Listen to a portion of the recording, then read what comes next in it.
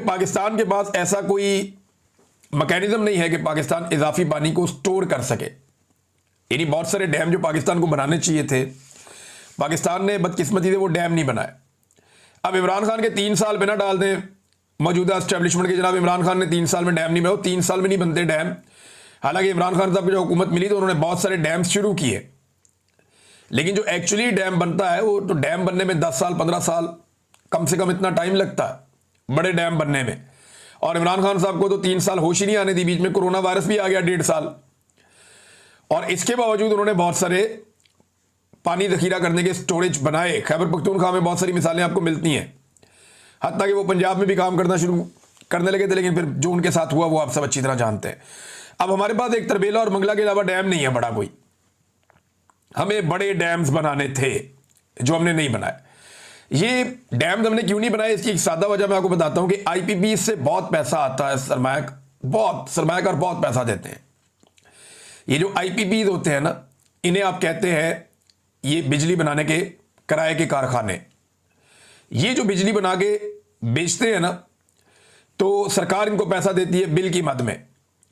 अब आईपीपी की वजह से पाकिस्तान में बिजली बहुत महंगी है, बहुत महंगी है। इतनी महंगी है कि आप 1 यूनिट इस्तेमाल करें तो आपको 3 या 4 यूनिट के पैसे देने पड़ते हैं, और वो भी कई गुना ज्यादा पैसे देना पड़ते हैं। यानी बिजली वैसे महंगी हो गई और वो भी आप 3 गुना ज्यादा पैसे दे रहे हैं, और कैपेसिटी पेमेंट आप दे रहे हैं, इजाफी पैसा दे रहे हैं। जो बिजली वो नहीं बना रहे वो पैसा भी आप उनको दे रहे हैं। तो इसमें आईपीपी में कमीशन बहुत बड़ा होता है। एस्टेब्लिशमेंट भी लेती है, हुक्मरान भी लेते हैं, सियासतदान भी लेते हैं, ब्यूरोक्रेट्स भी लेते हैं, सारे अपना अपना कमीशन निकालते हैं। हर किसी की जेब में अरबों रुपया जाता है। तो ये अरबों रुपया कमाने से उनको फुर्सत नहीं थी। अगर वो डैम्स बनाते तो ये अरबों रुपए की दिहाड़ियां बंद हो जाती। लिहाजा उन्होंने डैम बनाने के बजाय आईपीपी लगाने पसंद किए। पाकिस्तान की जरूरत थी 20,000 22,000 मेगावाट, लेकिन इन्होंने आईपीपी लगाए 45,000 मेगावाट के। वजह क्या है? वजह यह है कि जितने ज्यादा आईपीपी लगाएंगे उतना ज्यादा कमीशन मिलेगा, और ज्यादातर आईपीपी भी अपने फ्रंटमैनों के जरिए से लोगों ने लगवाए हुए हैं।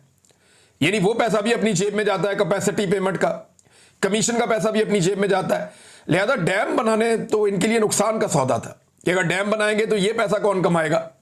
तो डैम इन्होंने नहीं बनाए। हत्ता कि मैं आपके सामने एक जिम्मेदारी के साथ बात कर रहा हूं कि जितना पैसा, ये डाटा निकाल के मैं आपके सामने रख दूंगा। थोड़े दिन पहले हम इस पर रिसर्च कर रहे थे तो ये बात मुझे याद रह गई, लेकिन डाटा मेरे पास मौजूद है, हमने इसको नोट किया हुआ, आपके साथ मैं शेयर करूंगा कि जितना पैसा आपने कैपेसिटी पेमेंट में अदा किया ना, यानी जितना पैसा आपने इजाफी दे दिया है आईपीपीज को, जो बिजली उन्होंने नहीं बनाई आपने फिर भी उनको पैसा दे दिया है, जितना इजाफी पैसा आपने आईपीपीज को दे दिया है उतने पैसे में बड़े डैम्स बन जाते हैं पाकिस्तान में, और काफी ज्यादा पाकिस्तान का भला हो जाता। एक पाकिस्तान में बहुत बड़ा प्रोजेक्ट जिसके ऊपर कागजी कार्रवाई हो चुकी थी, कालाबाग डैम को तो मुतनाज़ कर दिया गया, लेकिन तरबेला से भी कोई 7-8 गुना बड़ा एक डैम दरिया सवां पे बनाया जा सकता था।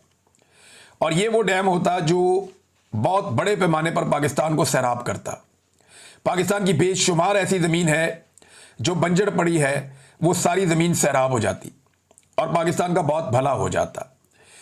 ये जो डैम है ये बहुत ज़बरदस्त इसकी लोकेशन है, मोटरवे से आपको नज़र भी आ जाता। दरिया सवा के ऊपर एक पूरा मुकाम है जहां इसको बनाया जा सकता था, और ख़तरनाक सैलाब से बचाने के लिए ये एक बेहतरीन चैनल हो सकता था।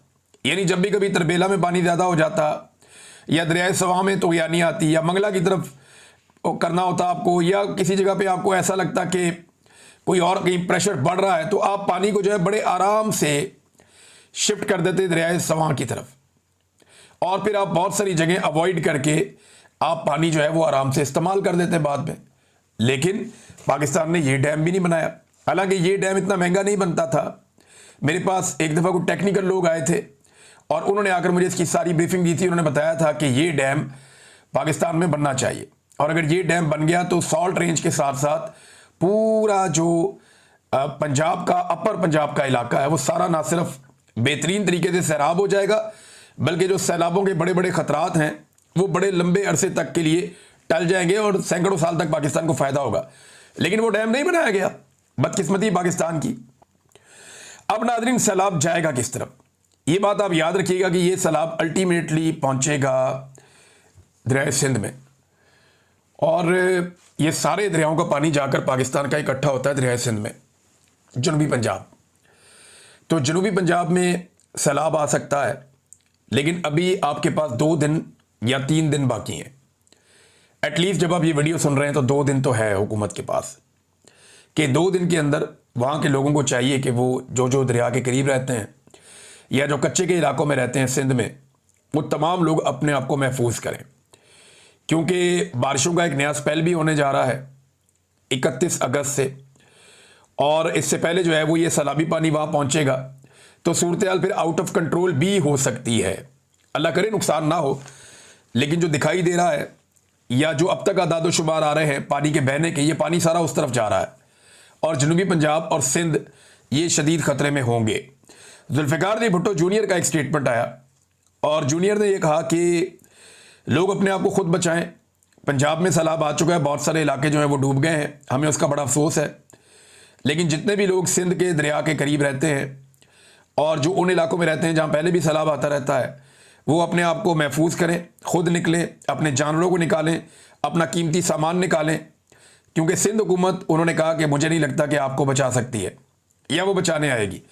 तो सिंध हुकूमत जो है वो नॉर्मली जब भी कभी सैलाब आता है तो वो एक बैरूनी दौरा रख लेते हैं, और उसमें वो दुनिया से पैसे इकट्ठे करके ला के, वो पैसे पता नहीं किधर गए, समझ ही नहीं आती। अभी को 2-4 घर ऐसे थे जिनमें से एक घर के अंदर बिलावल ने बैठ के थोड़ी टिकटॉक बनाई थी थोड़े दिन पहले, कोई वीडियो बना के, अच्छी बात है घर बना किसी का, लेकिन बात यह है कि सिंध हुकूमत ने टोटल कितने घर बनाए, कितने लोगों को घरों में शिफ्ट किया है। ज़रा आज़ाद मीडिया जाए ना और जाकर देखे, ज़रा दौरा करे, उधर दादू का दौरा करे, उन इलाकों का जहाँ पे सैलाब आया था, लोगों से पूछें कि कितने घर हैं जो आपको बना कर दिए हैं। जितने घर तबाह हुए हैं ना, उसके 5% भी इन्होंने नहीं बनाए होंगे। मैं 5% भी बहुत ज़्यादा बोल रहा हूँ, इन्होंने 5% भी नहीं बनाए होंगे, बाकी सारे अवाम ने खुद तामीर किए हैं। तो अवाम अपनी मदद आपके तहत ही करती है, इतना बड़ा नुकसान तो कोई पूरा नहीं कर पाएगा। बहरहाल हुकूमत को फौरी तौर पे होश के नाखून लेने चाहिए, और जिन इलाकों की तरफ ये पानी बढ़ रहा है वहाँ पे अपनी एक्टिविटी को तेज़ करना चाहिए, लोगों को वहाँ पे आगाही देनी चाहिए, और जो ख़तरनाक इलाके हैं उन्हें खाली करने में लोगों की मदद करनी चाहिए, ताकि लोग पहले की तरह धोखे में ना मारे जाएं, बल्कि अपना कीमती सामान उन इलाकों से निकाल लें।